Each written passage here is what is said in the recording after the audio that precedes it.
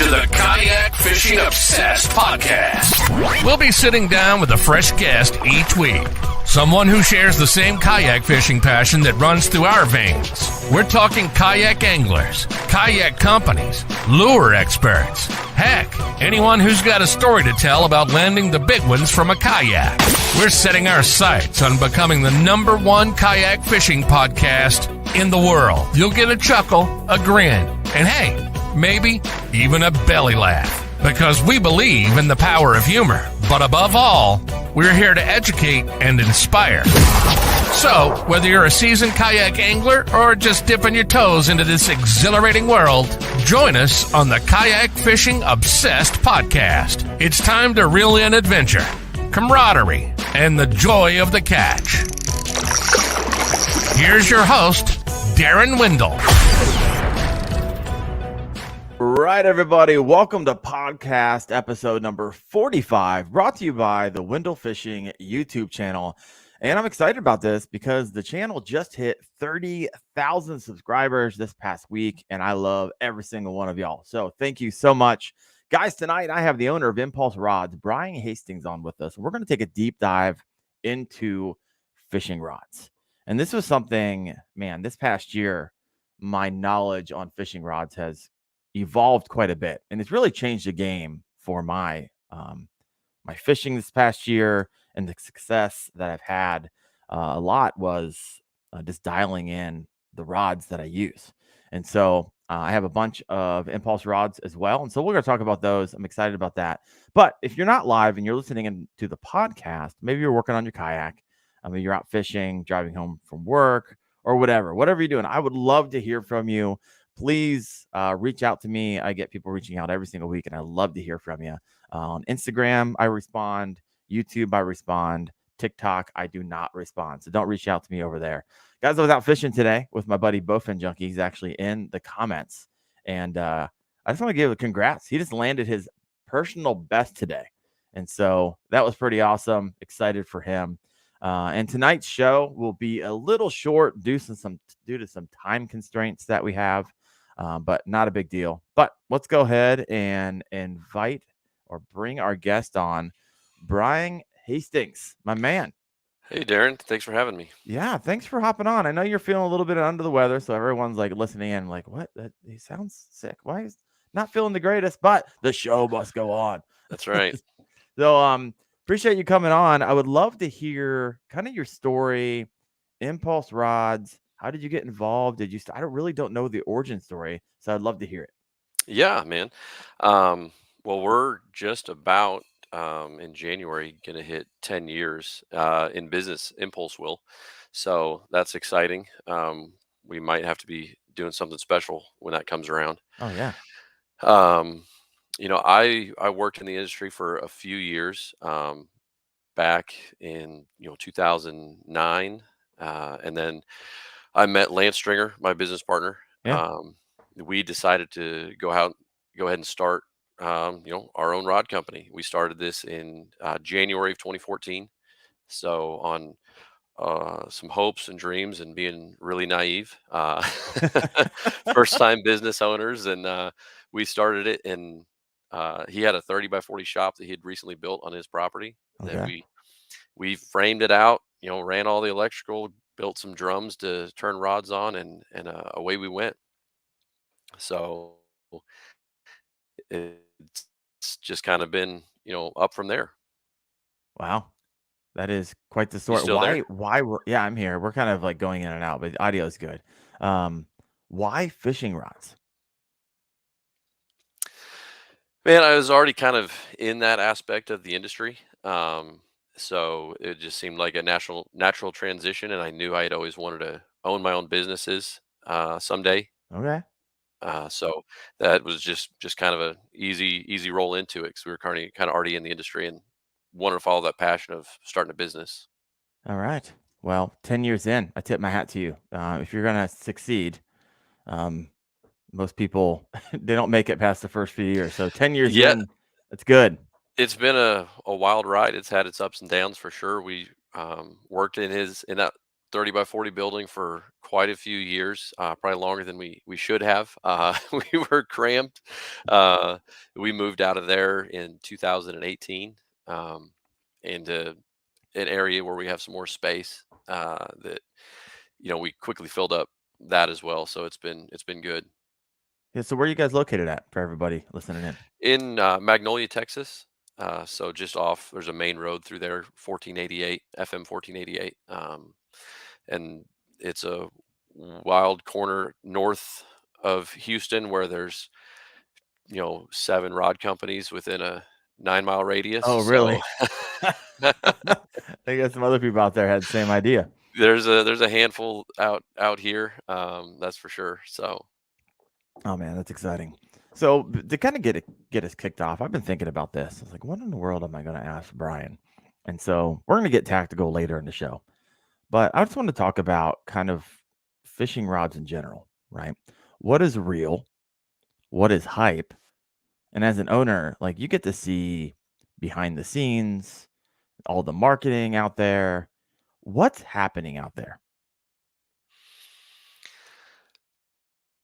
man, well, it's been a combination of things over the years. One thing that we do or don't do, I guess, is we've always never wanted to fluff up our marketing a Okay. whole lot or make claims that were a little outlandish. Our policy's really been to build the highest quality rod we can build, get it into people's hands, and they're going to realize they like it, um, as opposed to trying to sell them on some magic new material that is incredibly hard to verify whether it is real or it's not real. So there's a lot of marketing fluff that is out there that has gone a long way to confuse people. If you're out there and you try and do your due diligence and research, you can fall down a rabbit hole of nano graphene to all kinds of things. And some of it, I don't know everything. I'm not a blank designer, but we can kind of get into some more of those details later if we want to talk about blanks and stuff. But Yeah. um, yeah. Well, we'll get there. I got some questions around blanks. But so as a consumer, right, of rods, there are, I mean, you just walk down you walk into any fishing store, hundreds, maybe even sometimes thousands of rods. What are some of these? You mentioned outlandish claims, right? So as a consumer, when I'm walking in there, and you said they're hard to verify. What were you speaking to specifically? Mostly blank material and the stuff they claim, 60 million modulus graphite, things like that, that they're trying to sell you to prove that it's like a more sensitive blank. Right. That some of that stuff just doesn't exist and those terms are made up. So I'm not joking. Some of the technology they claim, I mean, I'll name one because they're no longer around, but when carrot sticks was a big deal. Okay. They straight up they tried to convince people there were carrot fibers in those rods, and that's what made them so strong and sensitive. And,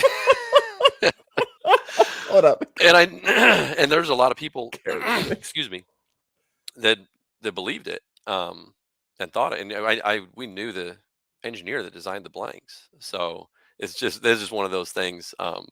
If that's your route as a company and you want to market that, maybe there was some fine print in the uh, legal stuff that said that it wasn't a real claim. I don't know. Carrot sticks, carrot fibers. Wow.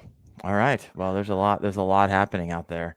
You say 60 million graphite? What was that? 60 million? They go by million modulus, is a term that is kind of thrown around, how many million modulus. And when it first got thrown around, and then somebody says they have 30, the next guy that says, oh, they have 40, and the next guy's just going to claim they have more, to try and outdo whoever's at the top of the game at that time. Got it. And is there any real way to measure that? Um, Maybe in a lab somewhere, but to be honest with you, Got it. I don't know. In the million modulus thing, like you said, I have some more details I can share about blanks and stuff when we get into that. But no, that's just one of the things that we see that is just that's a little bit of the smoke and mirrors. I think when it comes to the marketing that we try to avoid. Yeah. I can appreciate that. All right, we got a couple comments over here.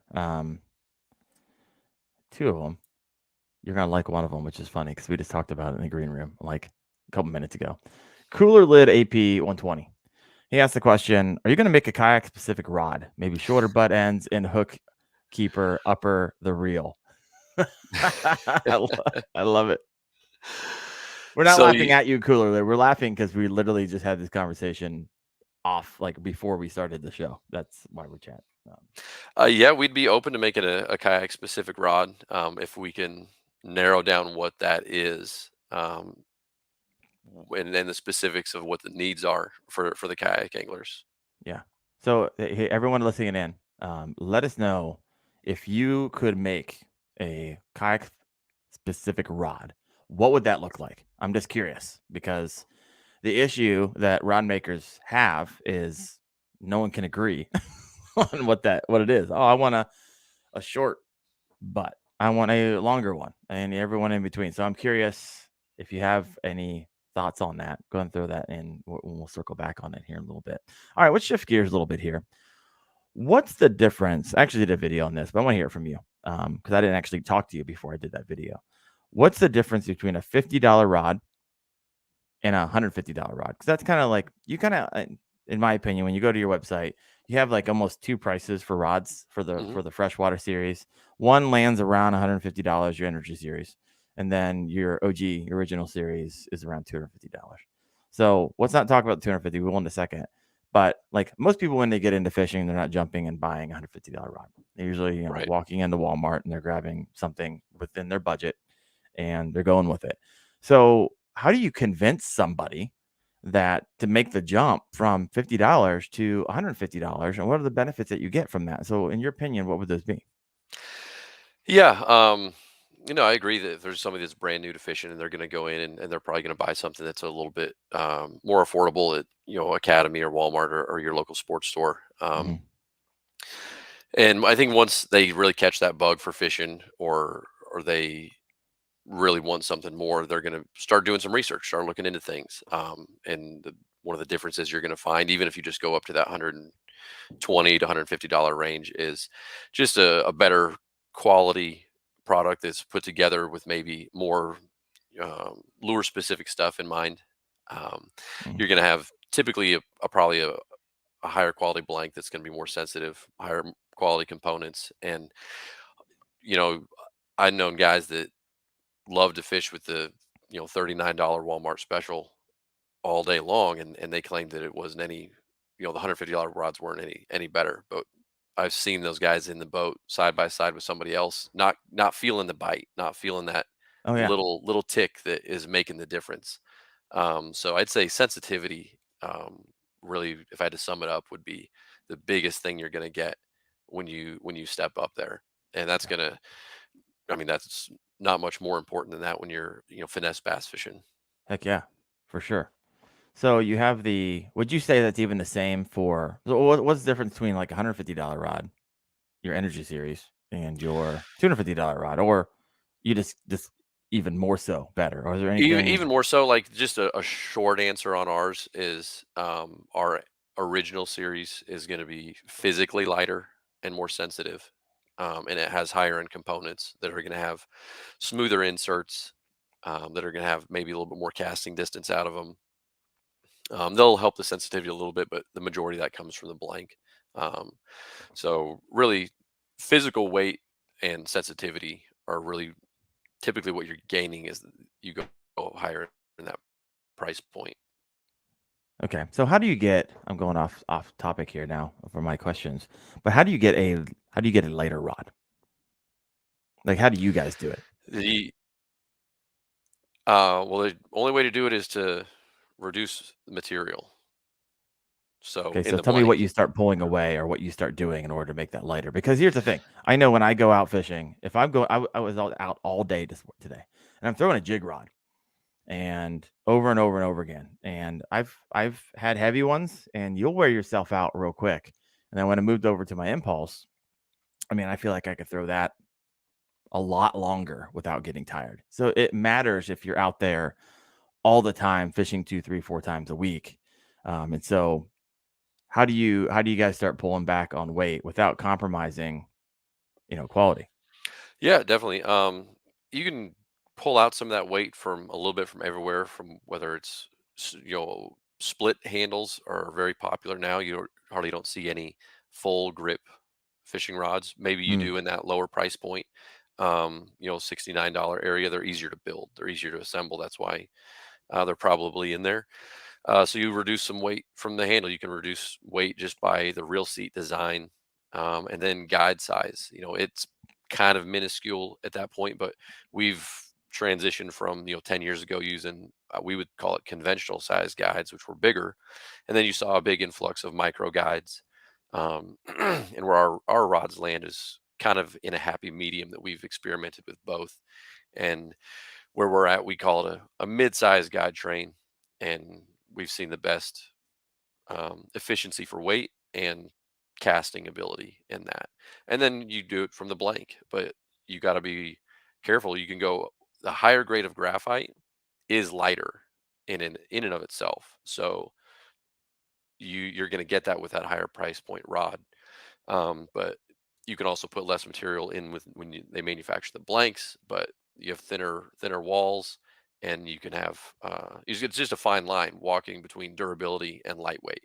right, because the lighter you make it, technically, more brittle it is, Yeah, there's only two ways to get the strength out of the blank: is either the wall thickness right? or the hoop diameter, how big around the blank is. It can gain strength from both of those things. So, but there's limitations to both of those, and when you try and remove material and get the lightest thing possible, you are pressing on that line of, is it going to hold up? And that's the dance. Yeah. So, what does resin come into any to play here, or is it negligible? Um, yeah. I mean, the blank technology is I'd say super interesting. I'm not an expert in that field in any way. I've been to factories. I've seen how they're made. Um, but like I said, the higher grade graphites are physically lighter. They are not necessarily stronger. Okay, They can almost be more brittle. They're more sensitive and lighter, but like you said, it's just a fine dance between blending materials, and they do a million different things with resins and scrims. There's paper carbon scrims. There's scrimless material, and that the scrim is just I was about to say, what's a screw? what holds. Like if all the carbon fiber was just like a bunch of hairs, Got it. the scrim is what holds them together. Okay. Oh man, I'm learning all kinds of stuff. This is great.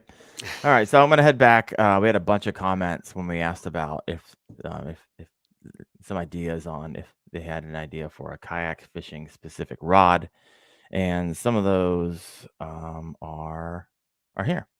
Bucktail says, I can't think of anything better than a shorter butt. I tend to go a little shorter on rods for the kayak to begin with. Same goes for when I'm wading.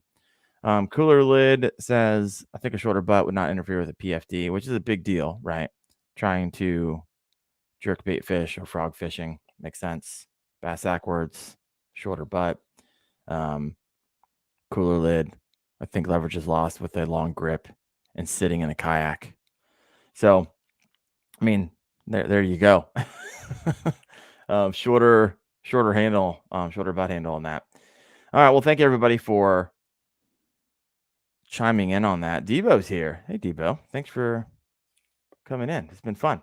All right. So here's a question, because fishing rods can be ridiculous, right? I think all of us who are out there have heard some of fishing, just the rods alone can run up to $800.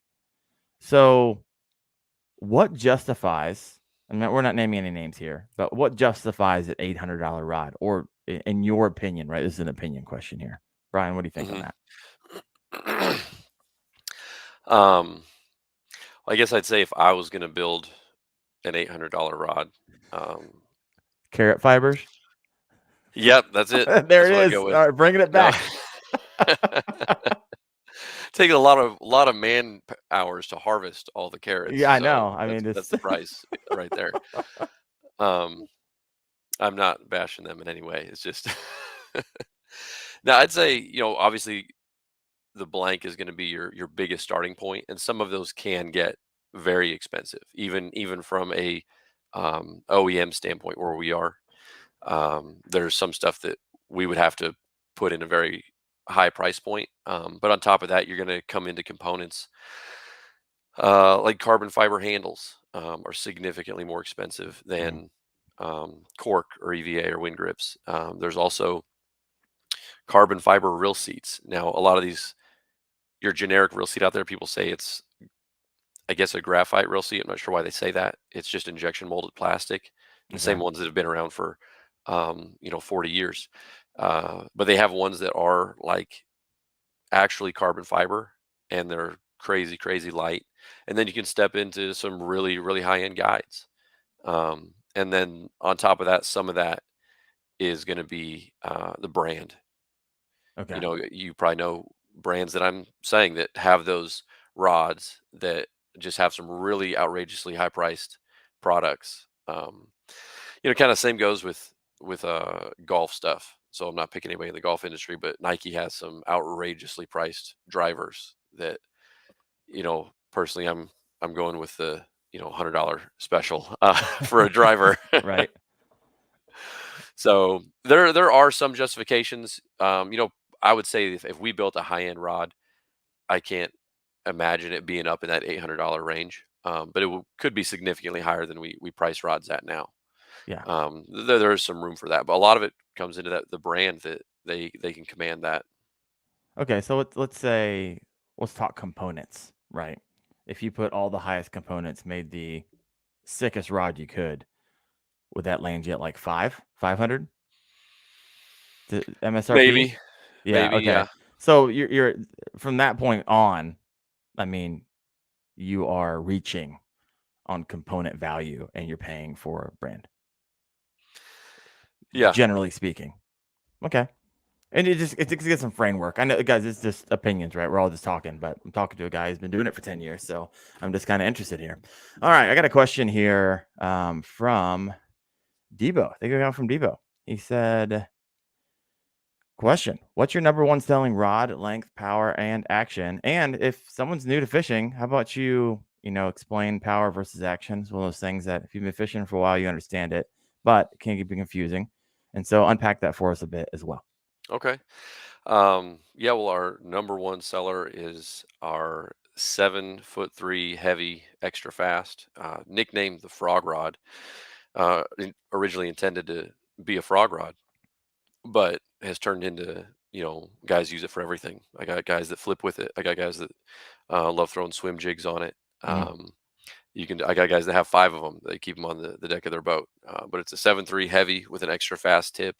So it's got a soft tip it was intended to be able to work that frog. But it's got a lot of backbone to pull them out of the grass or what have you.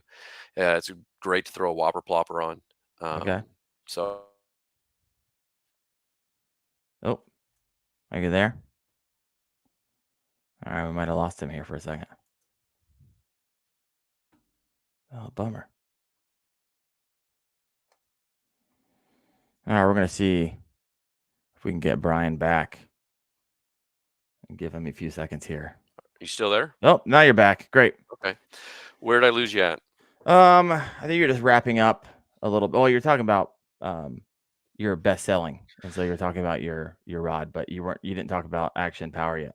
Yeah, yeah. So like typically it's a medium heavy that's a bestseller, but that's a close second. Our 7'3" medium heavy, which is a good all-purpose rod, is a close second. And as far as power and action go, uh, the easy explanation is power. Did I lose you? Yeah, we're going in and out, which is kind of a bummer, but I think you're back now. Did you catch what I was saying? You're getting ready to unpack power and action.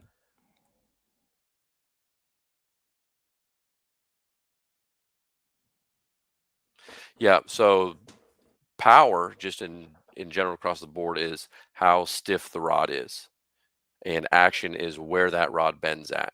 So there's little diagrams, but a fast action is going to be how much the rod bends in the first like 12 inches of the rod. A fast or extra fast rod is going to bend right at the tip and almost have a little hook to it, where if you had a moderate to slow action rod, it's going to be a big rainbow bend. And the power is going to be your medium, heavy, heavy on how stiff that rod is. Now, one tough thing in the rod industry is there's actually no industry standard for power. So what we call a medium Right. heavy, another rod company, their medium heavy might be what our heavy is, or our extra heavy. Um, Ah, um, it, it varies wildly, which is kind of tough. There's no necessarily line or lure rating,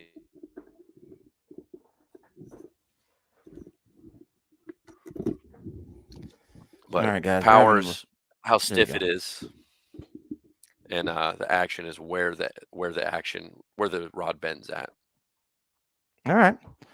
All right. Thank you for unpacking that a bit. Debo, thank you for your question. So let's start walking through the parts of the rod. We said we're going to talk a little bit about blanks. So I'd love to hear you. And I had a question. Do you roll your own blanks? And so if you could answer that, that'd be awesome. Yeah, we do not roll our own blanks. That takes a little bit more, um, I guess, square footage and space and really big volume. You know, to get into that and doing it yourself, um, you have to be doing quite a bit of volume. And you've probably seen how many hundreds of rod companies are out there. Yeah. Um, Most of those guys are not rolling their own blanks. You know, there's a handful of U.S. manufacturers that roll blanks, um, and then wholesale places that we can get blanks from in the U.S. And then obviously we can get them from overseas as well. Yeah. Okay. Uh, but blanks, yeah, they're. Did you have what other specific stuff were you headed in on blanks? Anything you want to share, looking from a consumer point of view. And so what should a consumer be on the lookout for?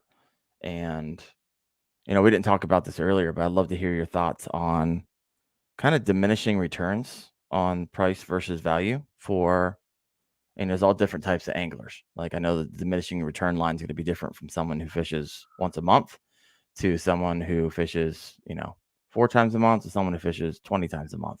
Yeah. But love to hear if you had any thoughts on that as well.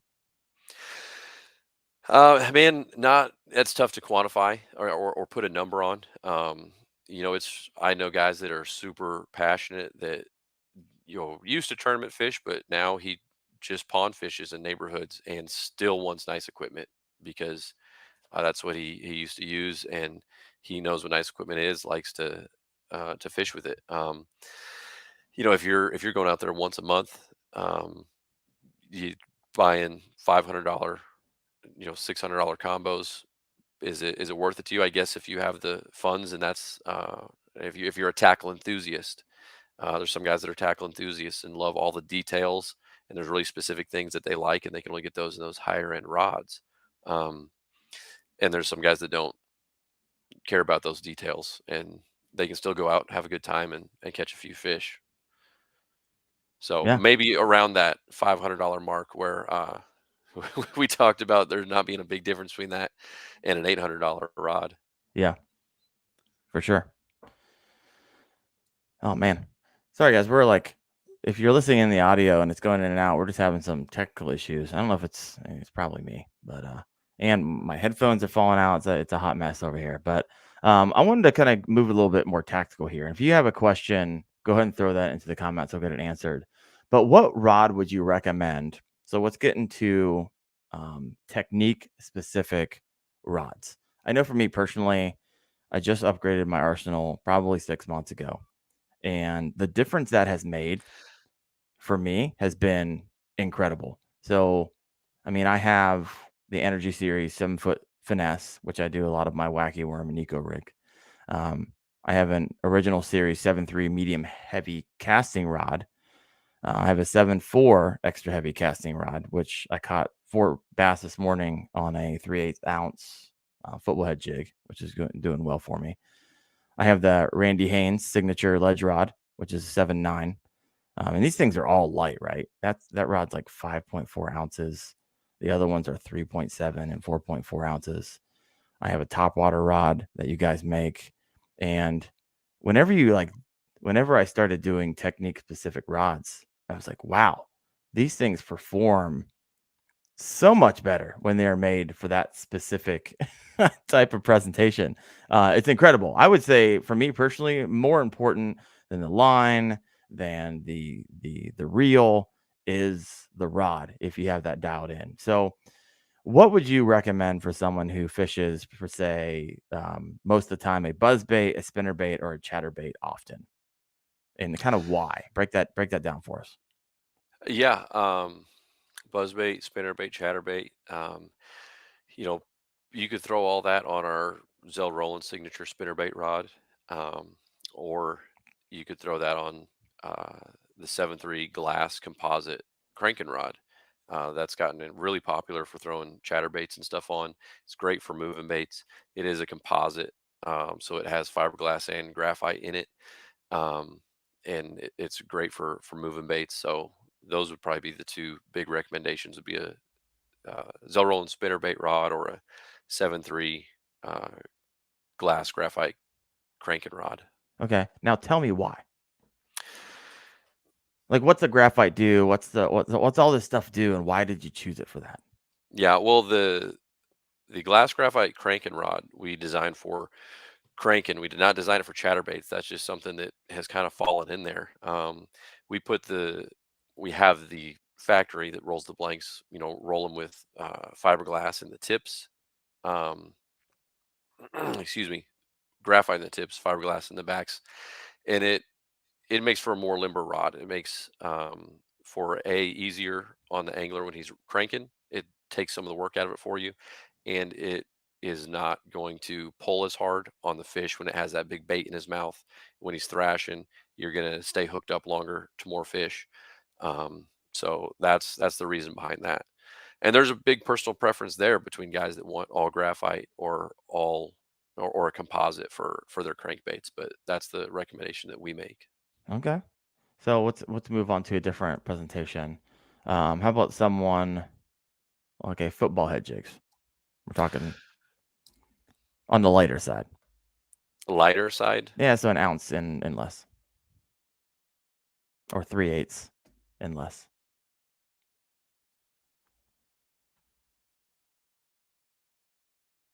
Bummer. All right, folks. Looks like I know I heard someone up here say that the internet connectivity is medium to poor at best. All right, here we're back. All right. Oh man. So football head jigs, yeah, I would say for the frog rod is a fantastic football jig rod, swim jig rod, but that might be on the 3/8 and up Okay. range. For under that, we actually made a 7.1 medium heavy. It was actually a fundraiser rod when Lance, my partner, was going through his battle with cancer. He had leukemia. We Okay. built a little fundraiser rod to help cover some of his insurance costs. And it's called the Lance's Fight Rod. It's still in stock. It's just kind of gotten graduated into a staple now because guys loved it so much. But it's a 7.1 medium heavy with a fast tip. Um, really in between our regular medium heavy and that frog rod. It's great for throwing small football jigs, junior frogs, uh, um, little swim jigs, stuff like that. Okay. That fast tip really makes a difference, but it's got a lot of backbone to pull everything out. Nice. How about umbrella rigs? A rigs. What do you have a rod for that? And what's why is it made like it is? And like, why would you want it the length you're going to tell me that it is? And so walk me through that. Yeah. So one thing in our original series, the rods that are 249, we have 30 different models of rods, Whoa. anywhere between a 6.3 medium all the way up to a 7.11 heavy.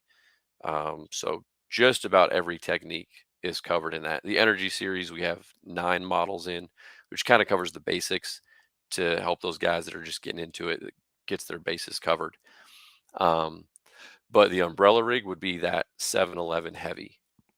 You can throw umbrella rigs on it, big swim baits on it. You can throw big crankbaits on it, but we usually try and recommend the glass rods for that. Got it. But the reason why is, when those umbrella rigs first came out, guys were trying to throw them on like extra heavies and the stiffest rods they could find, which really wasn't what they wanted or what they needed. This is a heavy action rod that is or a heavy power with a moderate action, so it's got a big rainbow bend to it. So when you go to cast it slow, a slow big swing, the rod loads up and just kind of chunks it out there. Um, and it's gonna help you cast it, which is one of the biggest challenges with that umbrella rig. Right. But it's got plenty of power to bring it in the potentially 2 4-pounders that you catch on it. Yeah. Heck yeah. All right. So let's switch gears a little bit. We're going to be landing the plane here in about 6 or 7 minutes because we have a shorter show tonight. But walk us through warranties, right? What does the industry offer when it comes to warranties? What's smoke and mirrors? And what should we look out for as consumers, in your opinion? Um, Man, that's a It's a loaded interesting question. question. Yeah, it's a loaded question. Do your Honestly, best. that's the worst part about this business. Oh, Uh, okay. I wouldn't say there's really any smoke and mirrors out there. There's some big companies that made it tough for a lot of companies. A decade ago, when companies came out with like a lifetime warranty. Mm, Um, why you would ever put a lifetime warranty on a product like this, I'm not sure, and I may step on some people's toes, but um, you know, the the rod is a super brittle piece of delicate material, like the right. size of a Q-tip that you're swinging a 4-pound bass in your boat on. Um, so you know, guys will break a rod after 6 years and they caught 1,000 fish on it. Um, that wasn't a manufacturer defect. That's just kind of been worn over time. Yeah. Uh, Yeah. uh, so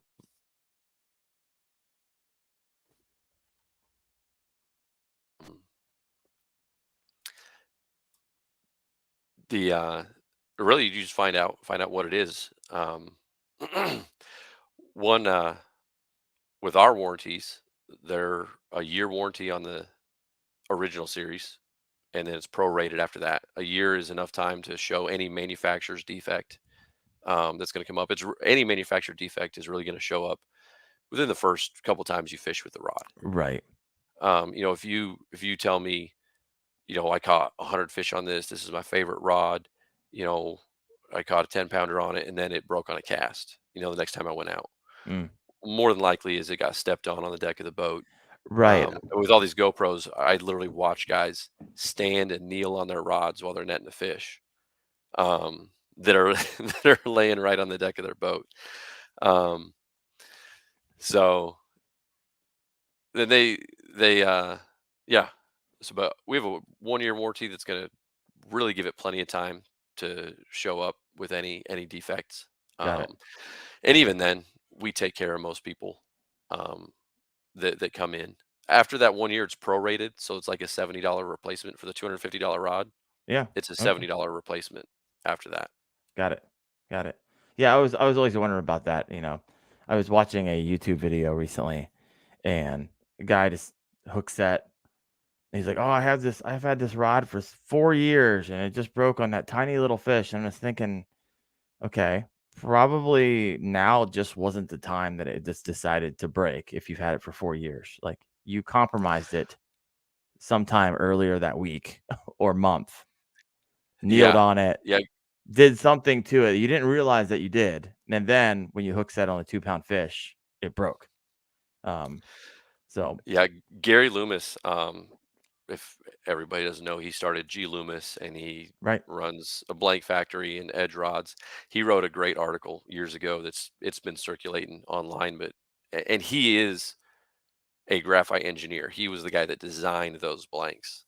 Um, So he wrote a really neat article um, several years ago that really details that and kind of sets people straight on the graphite and lets them know it's not an indestructible material. He takes them and he inspects it and he shows that it's flawless. Then he barely kneels on it and explains that there can be tiny stress fractures from very small incidents Mm. over a period of time that can continually weaken the blank. um, it's not the material that breaks down, it's what's done to the material. So any little thing getting banged on the gunnel of the boat, falling in the garage, those kind of things can add stress fractures to the rod and and cause it to fail later on. Oh man, I gotta read that. This is the reason I put rod protectors on anytime I travel because I don't want those things banging around the back of my truck. Because just Yeah. time and that consistent beating will just slowly break it down, and eventually it'll break. So, all right, we're landing this plane here. I got a couple more questions for you. Oh man, I had about 15 more questions we never got We around we to. can we can do that. That's fine. Um, so what are the top three questions you get when someone approaches you? Like, I want to buy a fishing rod, and the next three questions that come out of their mouth is are typically what? And how do you answer this? Um, Man, usually people don't have a ton of questions for me. I try and get questions out of them to find out what rod is going to best fit them. I'll ask them what their favorite thing to throw is, where they fish, those kind of things. But I guess people that ask us questions would be, the do we make the rods? Where do we get our blanks? Those kind of things. We make a majority of the rods at our shop in Texas. The blanks we get kind of split. We get some from U.S. Um, blank companies, and we get some from overseas. Um, so those are two of the big questions that we get. Um, Trying to think of a third. I don't know. Can't think of one off the top of my head. Well, here's another question I'll follow up with. So, if someone came to you and said, "How do I know what rod length I need?" Like, what would be your follow up questions? Probably what they're currently using. Okay. It's all about comfort. Um, the only times I think a rod length come into play for a technical ability is can be in like cranking, if you are like sticking your rod tip in the water trying to get that crankbait deeper. um, you know Getting a little bit more distance out of your cast in those scenarios where you are maxing out your casting ability. I'd say 60 to 70% of the time we're not casting as far as we possibly can. We're target casting the stuff. So accuracy is going to be a bigger deal. You're going to get a more accurate rod with a shorter rod. So you play that fine line. I would, if they didn't know, I'd recommend something around 7 to 7.3. Okay. Solid. And last two questions for you. So, this is kind of more industry question. What are some things that are coming down the line for the industry? Is there any new technologies coming online? You said new companies coming online. Is there like a fishing conference that you just got back from? You're like, oh, and where everyone gets together and kind of shares new technologies. Well, nobody shares information in this in this And industry. They keep not it, information, but like new products. Like voila, yeah. here it is. Yeah, they have, there's ICAST that happened in July, Yep. where they reveal new products and stuff. As far as really, as far as rods go, really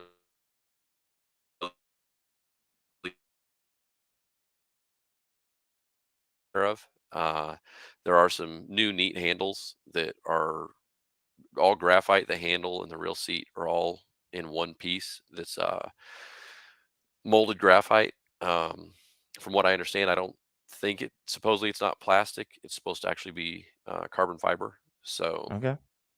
those are neat, but this is to some extent, and there's it seems like people are running out of ways to innovate the fishing rod. It seems like there's only so many things people can do to it. All right. Well, I got to But ask the final question. What's coming down the pike for you guys? Anything that you recently launched or anything that you can share? I know there's some things you can't share, but um, yeah, we're working on a new big glide bait rod. Um, because that's so popular right now. That's one thing that's been interesting in the rod industry, is it's really driven by baits that become popular. Because 20 to 30 years ago, there was like six techniques, right? And there was only you only that's all you had to do. Now y- you have square bills that run 10 feet deep. You have crankbaits that we have three different powers of rods for that, umbrella rigs that came out. So that's really one thing that pushes, I'd say, the rod industry, where there's a demand for a bait, and we have to figure out what we're going to provide that's the best tool for that. So glide baits is kind of it right now, which we have it pretty much finalized. Similar to a big swim bait rod, a little bit longer handle on it, and even heavier for some of those crazy big glide baits for those guys. yeah, and maybe, just maybe, a kayak Maybe fishing a kayak rod. rod, yeah. We I like it. several years ago we designed just a little keeper on the rod. It was actually just a loop of paracord that came out of the butt. Yeah, We had a way to install that when we assembled the rods to put it together. Just an easy, soft, can't scratch anything. You can put a D ring on it and clip whatever kind of clips you have to it. But we just never did implement it. But we've had like that on the back burner that if there was a need for it and y'all wanted it, that's something we could definitely look into. yeah. So interesting. Being a smaller company, we're smaller and doing the assembly here. It is easier to make some of those pivots, and do some stuff in smaller batches. We can make a small batch of kayak rods and see how they go. It's not like we have to order 300 of them from overseas and wait 6 months to get them in. We can do some small batch stuff, see how it goes, and aren't too committed on that. So it's one thing that's nice where we can play around with things like that. Yeah. Well, Brian, thank you so much for your time. I know you weren't feeling great coming into this as far as health wise, but hey, you powered through. I appreciate it. We had you talking a long time. Thanks for having me on, Darren. We'll definitely have to do it again sometime, and maybe try and get Lance on here next time. Yeah, I would love that. I know he's not It'll feeling be well. 2 hours then. He's got a lot of fishing stories to tell. All right. I like it. All right, folks. Well, I'll see you. We'll continue the show every Tuesday night at 8:30 p.m. Eastern. But thank you so much for chiming in. And if you're listening on the podcast, reach out to me, Instagram and YouTube. Hope you guys have a great week, picking up some big ones. All right. See ya. Thanks.